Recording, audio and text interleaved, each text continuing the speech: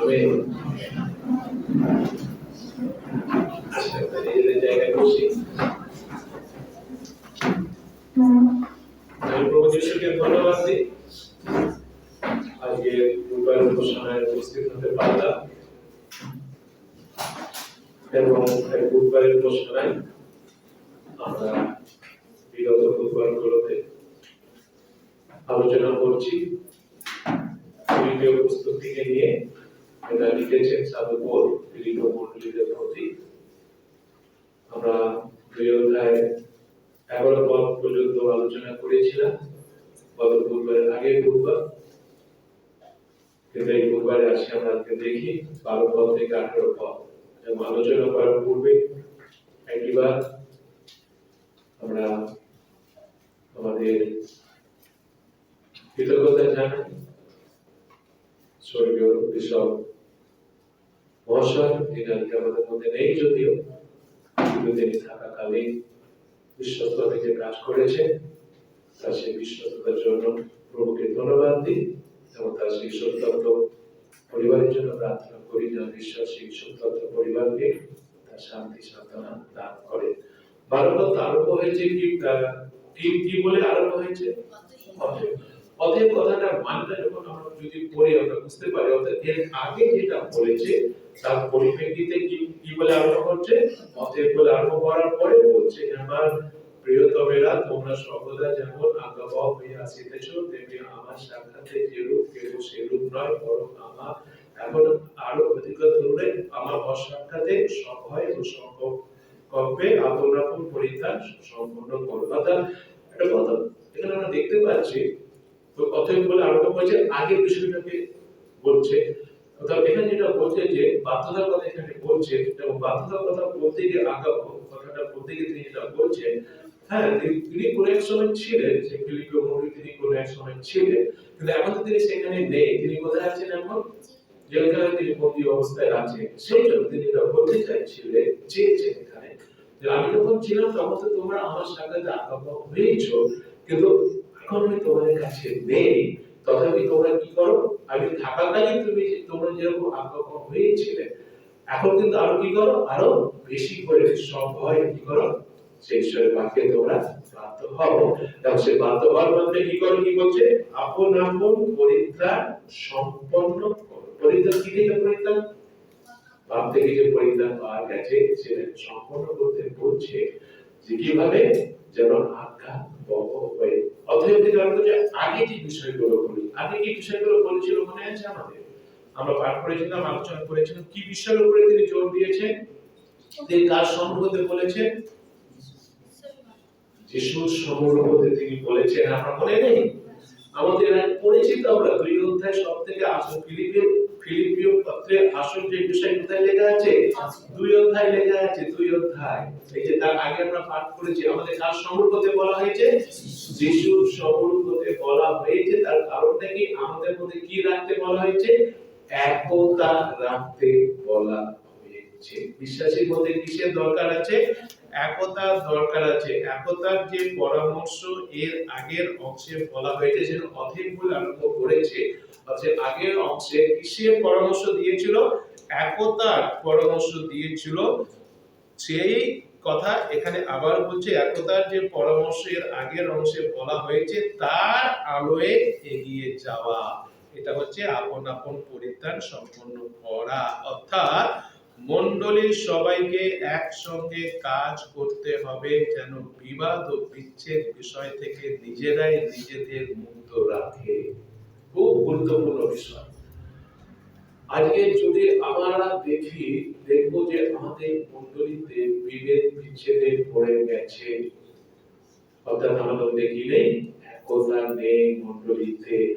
কিন্তু আজকের বাক্যে যেটা আমাদের বলছে আমাদের কি করতে হবে? আমাদের সবাইকে হাতে হাত ধরে যিশুর নামে একসাথে কাজ করতে হবে। এবং যখন আমরা সেই যিশুর নামে একতার মাধ্যমে একসাথে কাজ করব, তখন আমরা নিজেরাই নিজেদের এই বিবাদ বিচ্ছেদ থেকে কি করব? দূরে রাখবো। কিন্তু যদি আমাদের মধ্যে সেই একতা না থাকে, তার মানে হচ্ছে কি আমরা নিজেরাই নিজেদের মধ্যে কোনটাকে ধরে রেখে দিয়েছি? বিভেদ বিচ্ছেদকে নিজেরাই ধরে রেখে হয়তো আমরা অনেকেই আছি, আমরা খুব প্রভু সেবা করছি না করছি, আমরা অনেকেই আছি প্রভু সেবা করছি, কিন্তু দেখা যাচ্ছে প্রভু সেবা করতে গিয়ে আমরা নিজেদের মধ্যে অনেক বিষয় নিয়ে বিভেদ বিচ্ছেদ করে রেখেছি, তার থেকে আমরা বেরিয়ে আসছি না, কিন্তু প্রভুর কাজ করছি, আমরা প্রভু সেবা করছি আমরা। তো সেটাই হচ্ছে মারাত্মক ভুল। সেই জন্য সতর্ক করে দেওয়া হয়েছে, বিভেদ বিচ্ছেদ নেই, আমরা কখনো কার কাজ করতে পারি না, ঈশ্বরের কাজ। যতই পরিশ্রম করি না কেন, সবার থেকে সত্যি করে চাই প্রোগ্রাম করে, যতই আমাদের প্রোগ্রাম থাকুক না কেন, যতই আমাদের প্ল্যাটফর্ম থাকুক না কেন, এই মন্ডলে আসল বিষয়টা কি আমাদেরকে থাকতে হবে, একতা থাকতে হবে। বিচ্ছেদ বিভেদ আমাদের মধ্যে থাকলে হবে না, এর থেকে আমাদের মুক্ত থাকতে হবে। যেহেতু পৌল ফিলিপীয় মণ্ডলীতে তখন ছিলেন না, সেই জন্য তিনি তাদের স্মরণ করিয়ে দিচ্ছেন যে তাদের দরকার বিশেষভাবে যিশুর বাধ্য হওয়া। হ্যাঁ, এই যে আমাদের মধ্যে যদি বিভেদ বিচ্ছেদ যদি আমরা না চাই, বিভেদ বিচ্ছেদ থেকে যদি আমরা মুক্ত থাকতে চাই, তাহলে আমাদের কার বাধ্য হতে হবে, যিশুর বাধ্য হতে হবে। আজ্ঞা পাওয়া বলছে, তাহলে কি কার বাক্যের আজ্ঞা পাওয়া, ঈশ্বরের। যেটা কোথায় লেখা আছে, বাইবেলে লেখা আছে। বাধ্য আমাদের হতে হবে, নত আমাদের হতে হবে, আমাদের মধ্যে একতা রাখতে হবে, বিভেদ বিচ্ছেদ রাখলে আমাদের মধ্যে হবে না, সেটা আমাদের সতর্ক করে দেওয়া হয়েছে। আমাদেরও সতর্ক থাকতে হবে যে আমরা যারা যিশুকে বিশ্বাস করি, যেন কার বাধ্য হই, যিশুর বাধ্য হই। কার বাক্যের বাধ্য হই, যিশুর বাক্যের। যিশুর বাক্যের বাধ্য হবো কি করে,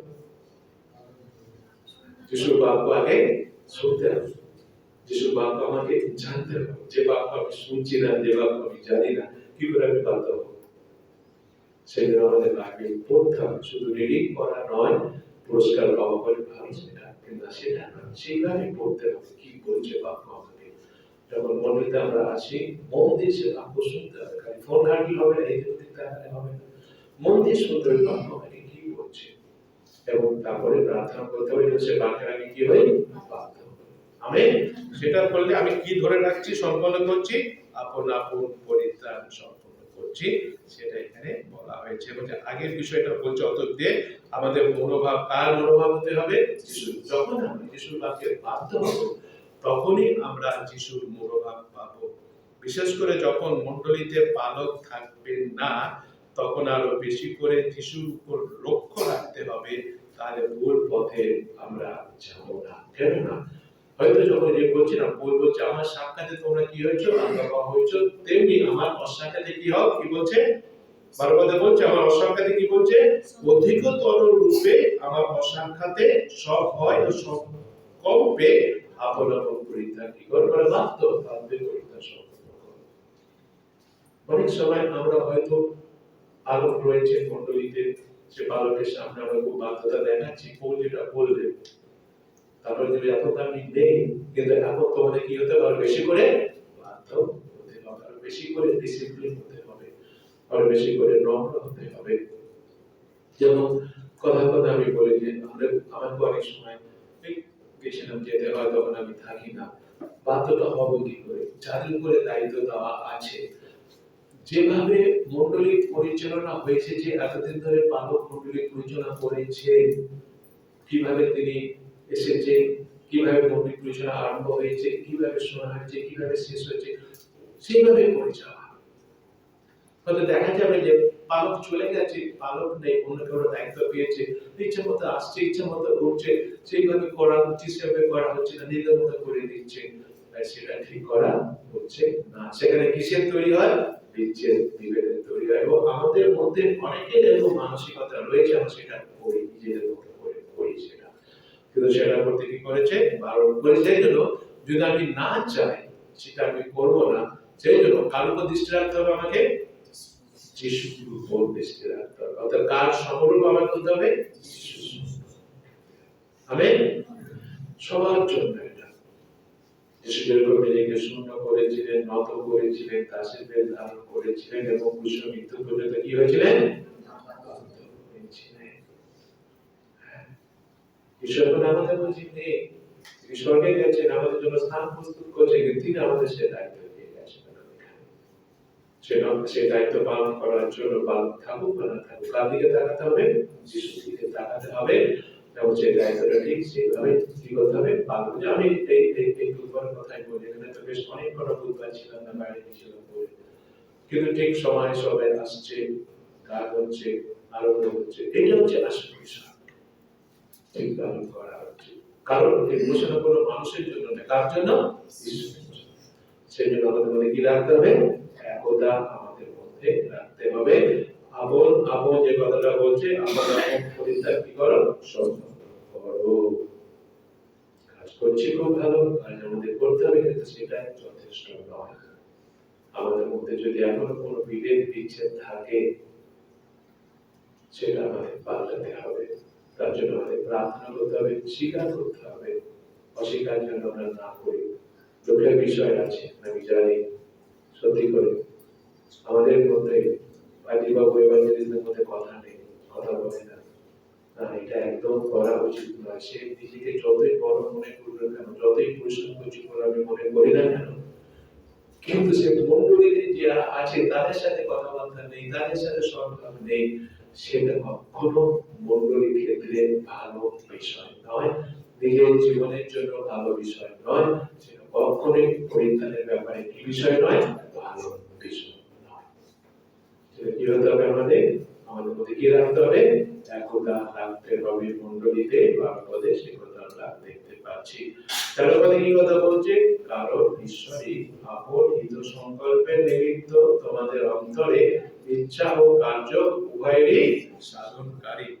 যিশুর ইচ্ছা পূর্ণ করার জন্য যখন আমাদের হতে পারে কষ্টের মধ্যে পড়তে হবে, হ্যাঁ, যিশুর যে ইচ্ছা, সে ইচ্ছা অনুসারে কাজ করার জন্য আমাদের কিসের মধ্যে পড়তে হতে পারে? কষ্টের মধ্যে পড়তে হতে পারে, কিন্তু মনে রাখবো তখনও যিশু আমাদের সঙ্গে সঙ্গে আছেন। আমেন। আমাদের সঙ্গে সঙ্গে আছেন যিশু। কষ্টের মধ্যেও যিশু আমাদের ছেড়ে যাবেন না। তিনি সব সময় চান আমাদের সঙ্গে থেকে আমাদের সাহায্য করতে। আমেন। সব সময়। কিন্তু প্রশ্ন, আমি কি চাইছি যিশু আমার সঙ্গে থাকুক, আমার সাথে কাজ করুক, আমাকে সাহায্য করুক? অনেক সময় সেটা আমরা চাই না। কখন? এই যে 13 পদে বলছি, কারণ ঈশ্বরই আপন হিত সংকল্পের নিমিত্ত তোমাদের অন্তরে ইচ্ছা ও কার্য উভয়ই সাধনকারী। কার ইচ্ছা? ঈশ্বরের ইচ্ছা। কিন্তু যখন আমি সেই ঈশ্বরের ইচ্ছাটাকে বাদ দিয়ে নিজের ইচ্ছা অনুযায়ী কার্য করছি, আমরা করি অনেকে মণ্ডলীতে বিভেদ তৈরি করি, বিচ্ছেদ তৈরি করি, সাথে কথা বলি, সাথে কথা বলি না, তারপরে নিজের থেকে আমার কাছ থেকে কাকে সরিয়ে দিচ্ছি? যিশুকে সরিয়ে দিচ্ছি। তখনই যেন সমস্যা সৃষ্টি হয়ে থাকে। কিন্তু যিশু সবসময় চান আমাদের কি করতে? আমাদের সাহায্য করতে। ঈশ্বর আমাদের আকাঙ্ক্ষা দিয়েছে ও শক্তিও দিয়েছে যেন আমরা তাকে সন্তুষ্ট করতে পারি। কাকে সন্তুষ্ট করতে হবে? ঈশ্বরকে, অন্য কাউকে নয়। এবং সেই ঈশ্বরকে সন্তুষ্ট করার জন্য ঈশ্বরই সে ইচ্ছা দিয়েছে, শক্তি দিয়েছে। এবং সেই কার ইচ্ছা অনুযায়ী কার্য করতে হবে?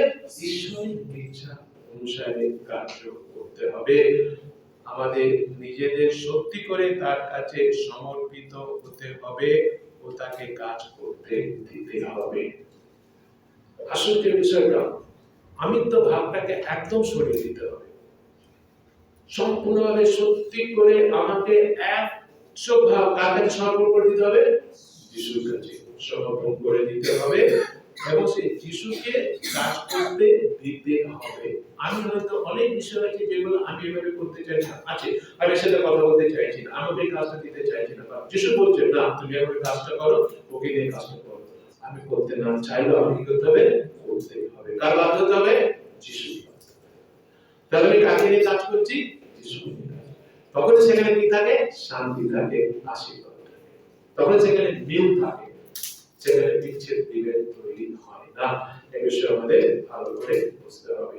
সেটা আসি আমরা যিশুকে বলি, যিশুকে আমাদের বলতে হবে যেন তিনি আমাদের সাহায্য করেন তার কাজ করতে। আমেন। আমরা যারা প্রভুর কাজ করছি, আসে আমরা বলি, প্রভু যিশু আমাকে সাহায্য করো তোমার কাজ করতে। আমেন। প্রভু যিশু প্রস্তুত আছে সাহায্য করতে, তার কাজ করবে, কিন্তু করতে হবে কিভাবে? সেইভাবে যেভাবে তিনি চাইছে, যেভাবে আমি চাইছি সেভাবে নয়। এবং যদি তার মধ্যে আরেকটু যদি আমরা দেখি, যিশুর মতো হওয়ার জন্য আমাদের অভ্যাস তৈরি করতে হবে, যিশুর মতো চিন্তা করতে হবে, নিজেদের আকাঙ্ক্ষাকে পরিবর্তন করে যিশুর মতো হওয়ার জন্য আমাদের পবিত্র আত্মায় পূর্ণ হওয়ার দরকার আছে। এটা হচ্ছে আসল বিষয়। অনেক সময় আমরা যিশুর যে অভ্যাস সেটা আমরা তৈরি করি না, আমরা নিজেদের আকাঙ্ক্ষাটাকে পরিবর্তন করি না, আমাদের আকাঙ্ক্ষা আমাদের ইচ্ছাটাকে নিয়ে আমরা কাজ করতে চাই, কিন্তু আমাদের সেটা করলে হবে না। যিশুর মতো হওয়ার জন্য আমাদের পবিত্র আত্মায় পূর্ণ হওয়া দরকার আছে। কারণ পবিত্র আত্মায় পূর্ণ হওয়ার জন্য আমাদের কিসের দরকার আছে? প্রার্থনার দরকার আছে। যেগুলা যারা প্রার্থনা সত্যি করে করি, প্রার্থনা করি, যারা শুধু ধর্মীয় বাক্য উচ্চারণ করাটা প্রার্থনা নয়, যারা আমরা সত্যি করে প্রার্থনা করি, আমরা পবিত্র আত্মায় যখন পূর্ণ হই, তখন আমরা বুঝতে পারি আমাদের কি ভুলভ্রান্তি আছে। তখন আমার কাছে খুব সহজ হয়ে যায়, যার সাথে কথা বলতে আমি চাইছি না, যাকে আমি কাজটা করতে চাইছি না, আমার মধ্যে তখন শান্তি আনন্দ আসে তার সাথে কথা বলতে, তাকে দিয়ে কাজ করাতে। এটা হচ্ছে লক্ষ্য, এটা হচ্ছে চিহ্ন। আমি কোন আত্মায় পূর্ণ আছি? পবিত্র আত্মায় পূর্ণ আছি। আমেন। এটা খুব দরকার, আমাদের প্রার্থনা করা দরকার আছে। আমাদের বাধ্য হতে হবে তার বাক্যে, বিশ্বস্ত হতে হবে ও আত্মত্যাগের সঙ্গে সেবা করতে হবে। বাধ্য হতে হবে, বিশ্বস্ত হতে হবে, এবং যে কাজ আমরা করছি, বহু কাজ কিভাবে করতে হবে? আত্মত্যাগে, স্যাক্রিফাইস লাইফ আমাদের দরকার। আমি কোনো কষ্ট করবো না, কোনো স্যাক্রিফাইস করবো না, কিন্তু বহু কাজ করবো না, সেটা বহু কাজ হয় না। আমাদের জীবনে নিশ্চয়ই আমরা অনেককে দেখেছি যারা তাদের জীবনে কত স্যাক্রিফাইস করেছে। যিশুর কথা বাদ দিলাম, যিশু তো করেছেই। অনেকে আত্মত্যাগ করে কাজ সেবা করছে, প্রভুর সেবা করছে, তারা বিশ্বস্ত আছে, তারা বাধ্য আছে। আমাদেরও সেটা হওয়ার দরকার আছে। অনেক সময় আমরা ঈশ্বরের সেবা করি, কিন্তু নিজের ইচ্ছা মতো। এটা হচ্ছে আজকের দিনে সব থেকে আমাদের ভুল বিষয়, যেটা আমরা করছি।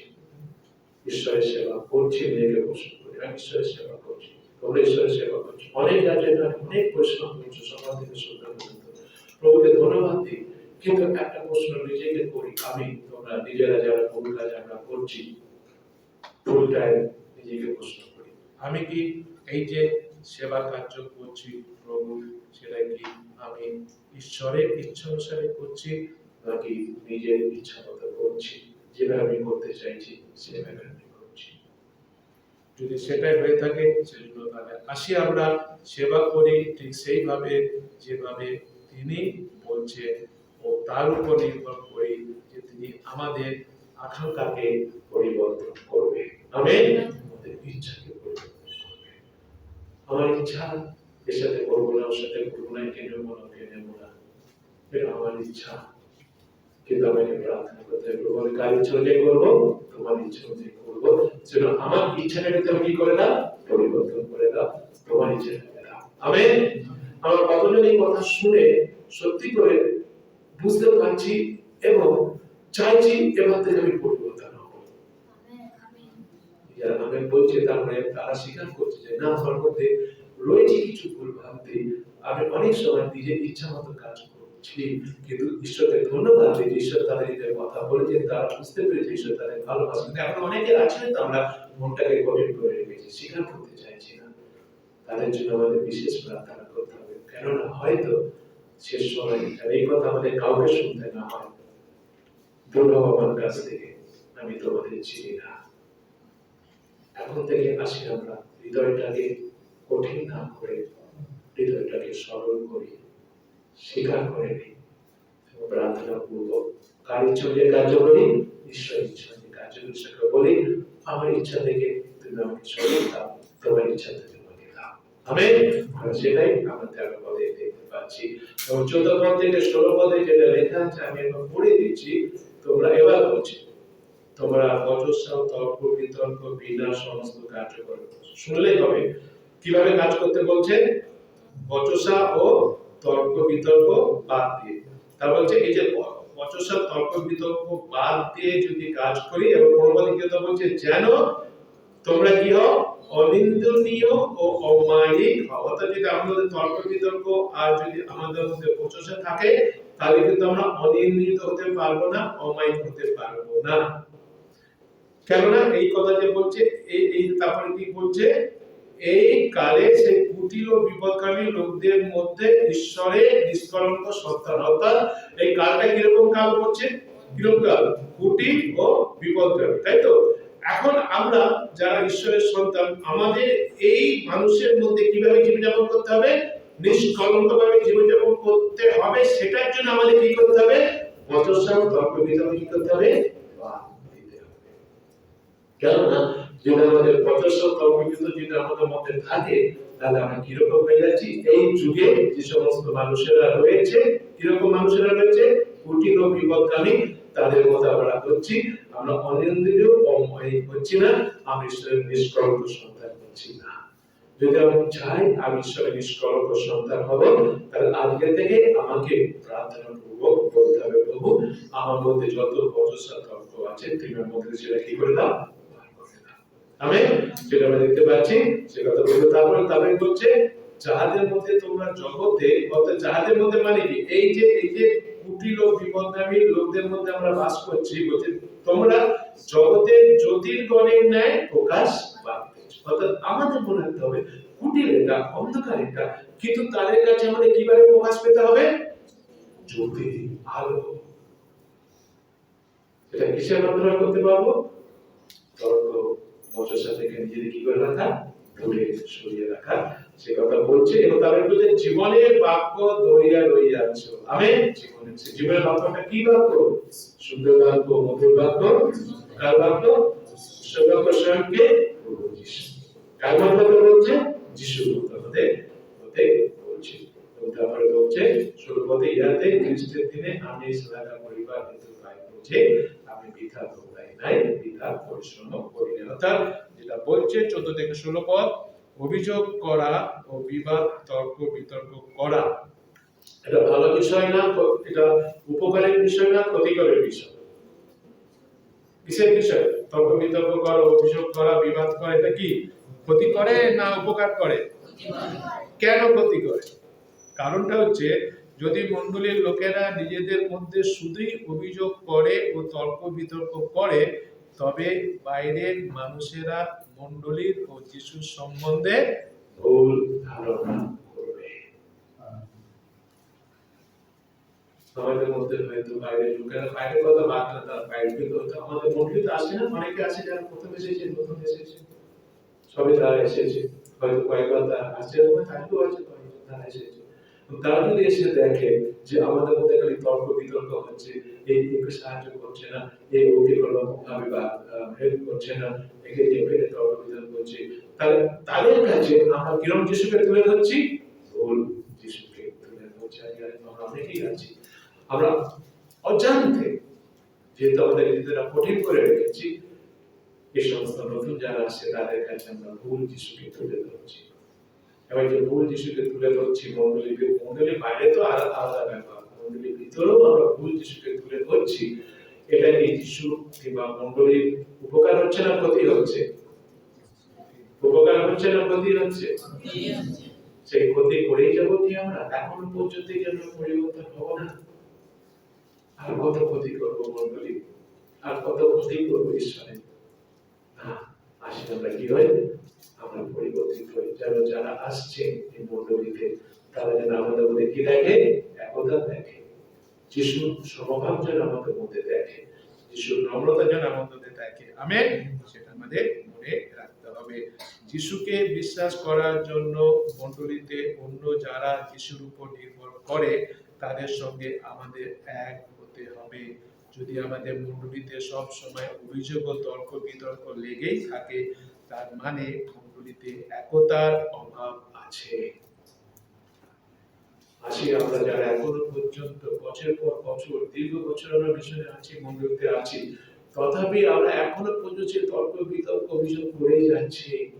তার মানে এইটা আমাদের মধ্যে কিসের অভাব আছে? একতা। এই একতার অভাব নিয়ে কি আমরা কাজ করে যাব? এই একতার অভাব নিয়ে কি আমরা মন্দির পরিচালনা করব? তবু আমরা আশা করব যে আমরা শুধু উত্তম বিশ্বস্ত দাসদাসী। আমাদের মধ্যে কিসের দরকার আছে? একতার দরকার আছে। সে কথা আমরা কি করব? মনে রাখবো। যদি আমাদের মধ্যে একতার অভাব আছে, তাহলে আমাদের উচিত নিজেদের মধ্যে কেবলমাত্র অভিযোগ করা বন্ধ করতে হবে, তর্ক বিতর্ক করা বন্ধ করতে হবে, আর চেষ্টা করতে হবে যেন বাইরের মানুষেরা আমাদের মণ্ডলীতে কাকে দেখতে পায়? সঠিক যিশুকে দেখতে পায়। আমেন। আর এই সঠিক যিশুকে বাইরের মানুষদের দেখাতে হবে আমার জীবনের মাধ্যমে। সেই জন্য এই 14 থেকে 16 পদে বলে দিয়েছে, এইভাবে আমাকে জীবনযাপন করতে হবে একজন বিশ্বাসী হিসাবে।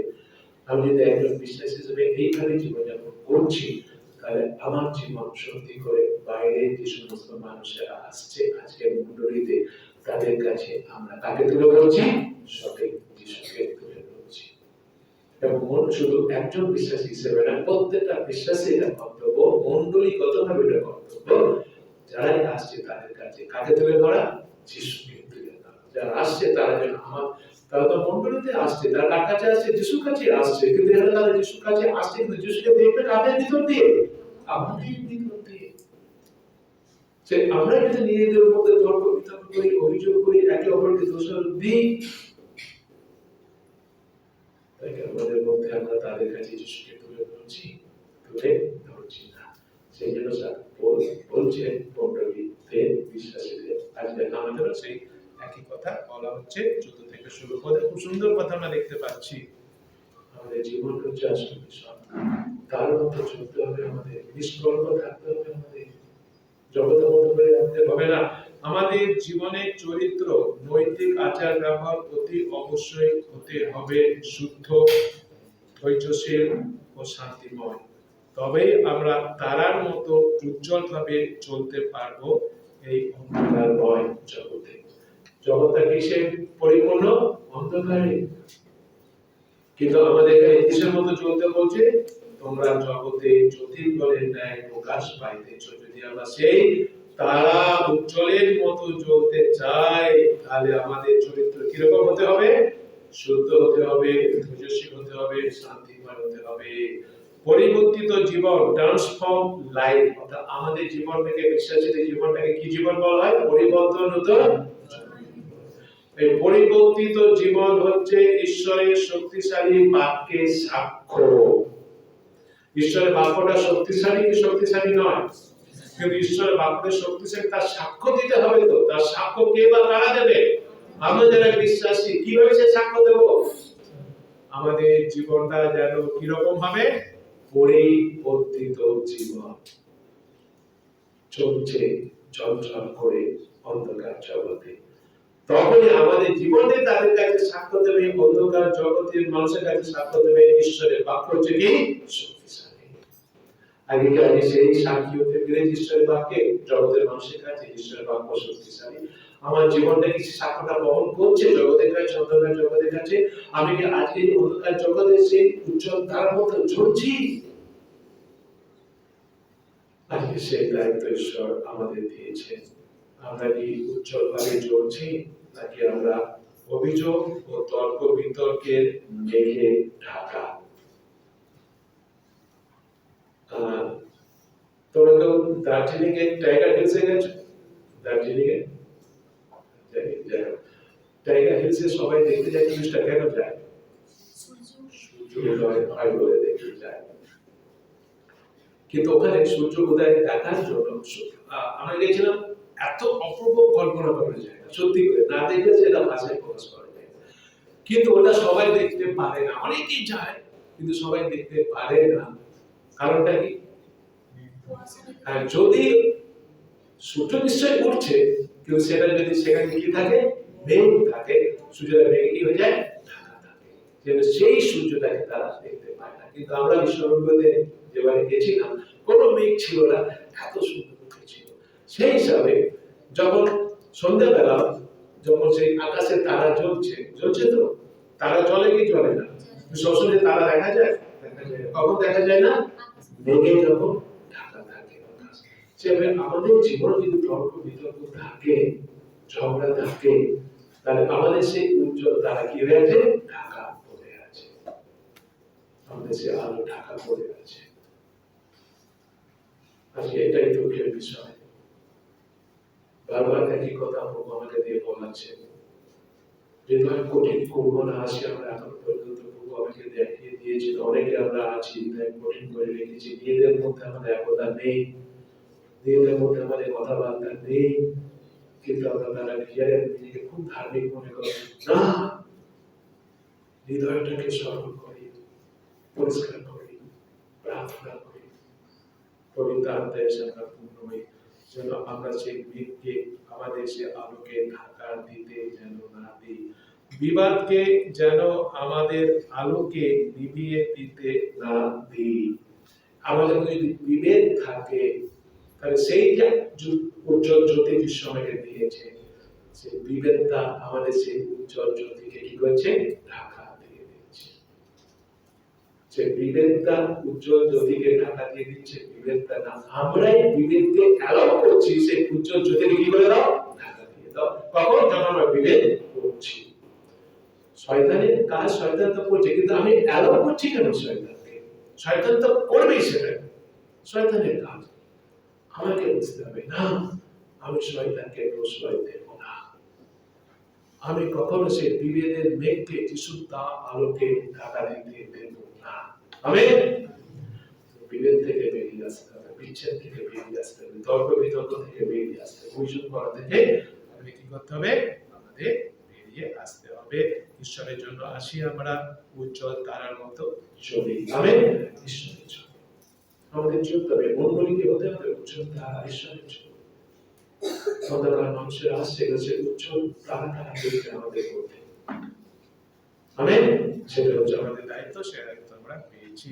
আমাদের ভূমিকা হচ্ছে যিশুর দ্বিতীয় আগমন পর্যন্ত উজ্জ্বল তারার মতো জ্বলা ও পৃথিবীকে এই উজ্জ্বল আলোর ঝর্ণায় স্নান করা। আমেন। এটা হচ্ছে আমাদের দায়িত্ব, আমাদের কাজ বিশ্বাসী হিসাবে, মণ্ডলীগতভাবে আমাদের সবাইকে এই অন্ধকার পৃথিবীকে যিশুর আলোয় ঝর্ণায় ভরিয়ে দিতে হবে। আমেন।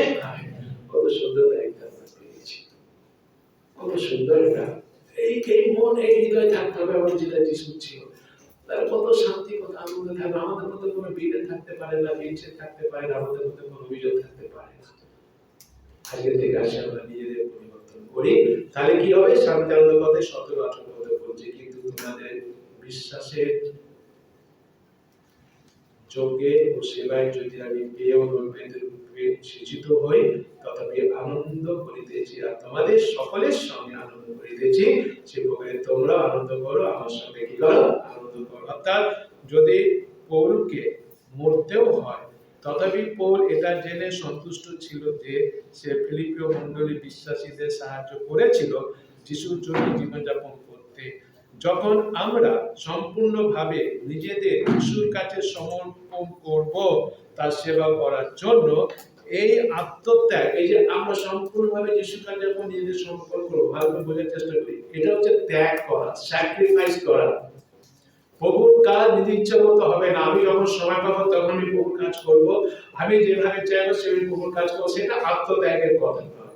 সেটা আমি আমার সমস্ত যেগুলো করার পরে তারপরে আমি আমার যে যেগুলি আছে সেটা আমি দিচ্ছি না, সেটা যখন সত্যি করে একদম সম্পূর্ণভাবে 100% তার কাছে সমর্পণ করে দিয়ে সম্পূর্ণভাবে তিনি যেভাবে চাইছেন সেভাবে করবো, এইভাবে যখন আমি আত্মত্যাগ সহকারে যখন আমি কাজ করব প্রভুর কাজ, তখন আমরা দেখতে পাবো মণ্ডলীতে যারা আছে তাদের মধ্যে আমাদের সাথে একটা বিশ্বাস গঠন হবে, এবং তার মাধ্যমে আমাদের সবার মধ্যে কি থাকবে?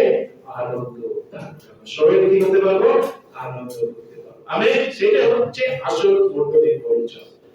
সতত আনন্দ করো, আমার বলি সততম আনন্দ করে কিসে এই মন্ডলী সেই প্রভুর মন্ডলী সে কি হতে হবে আগে প্রথম যে বিষয়টা হচ্ছে আবার বলছি বহু কাজ করছি খুব ভালো বহু আলোচনা করছে খুব ভালো কিন্তু মনে রাখতে হবে এই যে আরাধনা অনুষ্ঠান করতে এসেছি আমরা এই যে তার কাজ করছি আমরা এটাকে আমি সম্পূর্ণভাবে নিজেকে ওর কাছে সমর্পণ করে এবং আত্মত্যাগ করে করছি যদি করি তাহলে হচ্ছে আসল কাজ তাহলে আমি উজ্জ্বল তারার মধ্যে চলছি আমাদের কোনো বিচ্ছেদ বিভেদ থাকবে না কি থাকবে আমাদের মধ্যে একতা থাকবে এবং আমরা অন্ধকার জগতে কিসের মধ্যে চলবো উজ্জ্বল তারার মধ্যে চলবো এবং সেই উজ্জ্বল তারা সেই জ্যোতি দিয়ে আমাদের অন্ধকারকে কি করবো দমন করবো আমরা আমাদের মধ্যে আমরা কাকে প্রকাশ করবো যিশুকে প্রকাশ করবো আজকে সেটা খুব দরকার আমাদের মধ্যে যেন আমার বিশ্বাসী ভাই বোনেরা মন্ডলী বিশ্বাসী ভাই বোনেরা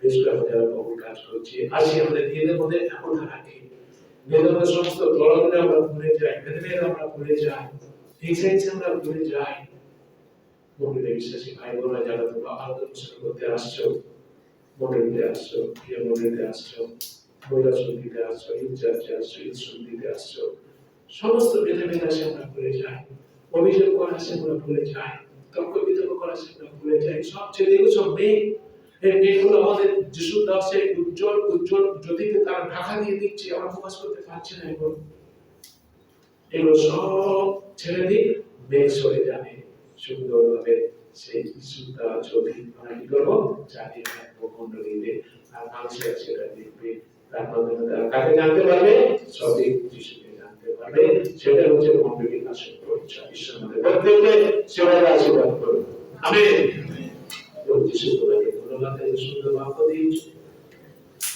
প্রভু যিশু আমরা অনেকে তো শুনেছি অনেকে তো শুনতেও না শোনার ভান করেছি অনেকে আমরা মনটাকে কঠিন করে রেখেছি কিন্তু আমরা যারা শুনেছি সরল মনে বুঝেছি প্রভু তোমার বাক্য এবং স্বীকার করেছি প্রভু আমাদের মধ্যে অনেক বিষয় আছে মেঘ যে মেঘগুলো প্রথম আছে উজ্জ্বল তারাকে ঢেকে রেখেছে তিনি আমাদের সাহায্য করুন সে মেঘগুলোকে আমরা সরিয়ে দিই আমাদের মধ্যে সমস্ত ধর্ম বিতর্ক অভিযোগ হিংসা ঘৃণা যেন সরিয়ে দিয়ে আমার সে উজ্জ্বল